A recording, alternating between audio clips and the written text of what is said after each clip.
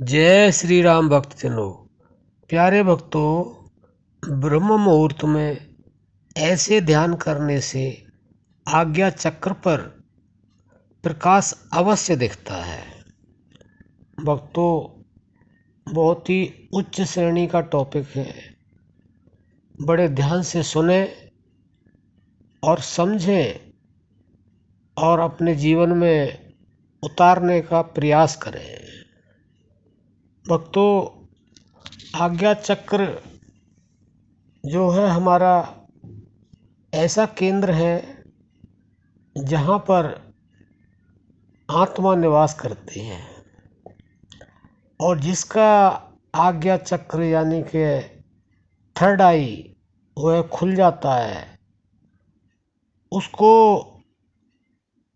परमा तत्व की प्राप्ति बहुत शीघ्र हो जाती है, क्योंकि सहस्रार चक्र उसके ऊपर है।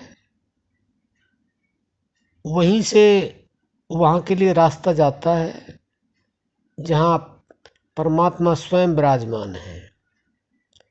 इसलिए आज्ञा चक्र तक पहुँचना बहुत ही अनिवार्य है और ऐसा नहीं है कि उसके लिए बहुत ज़्यादा समय लगता है या बहुत साधना करनी पड़ती है। अगर थोड़ा थोड़ा अभ्यास करें तो बड़ी आसानी से पहुंच जाते हैं। तो उसका जो भी तरीका है, जिस तरह से आपने अभ्यास करना है, वह आप अगर समझ लेंगे और विश्वास और निरंतरता से करेंगे तो आप बहुत जल्दी ध्यान करने से आप आज्ञा चक्र पर प्रकाश देख सकते हैं।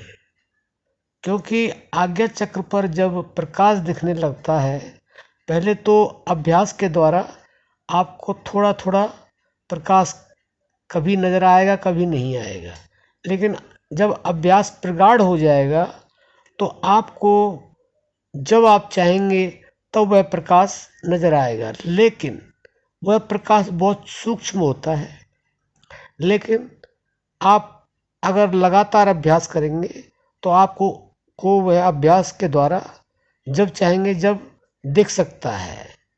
और जब वह दिखने लगेगा, अभ्यास बहुत ज़्यादा बढ़ जाएगा, तो आपको अंदर सहस्रार में जाने का रास्ता मिल जाएगा जहाँ पे परम प्रकाश होता है। क्योंकि उस परमात्मा को परम प्रकाश ही कहा गया है।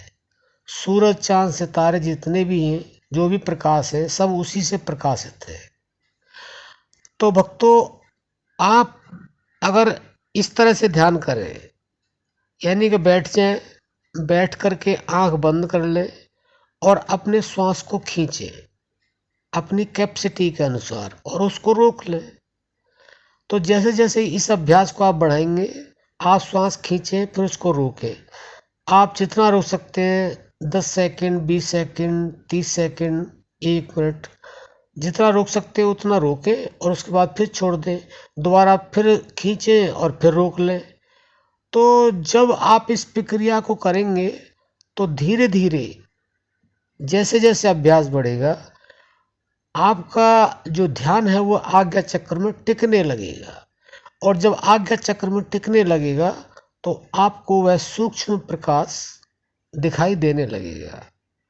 और जब सूक्ष्म प्रकाश दिखाई देने लगेगा तो आगे की जो प्रक्रिया है, आगे का जो रास्ता है, वो आपको अपने आप समझ में आने लगेगा। तो भक्तों, हमने जो बताया आपने समझ लिया होगा। इस अभ्यास को अवश्य करें और आज्ञा चक्र को खोलें और आगे का रास्ता जाने और अपने जीवन को आनंदित करें। तो अब हम अपनी वाणी को विश्राम देते हैं। जय श्री राम।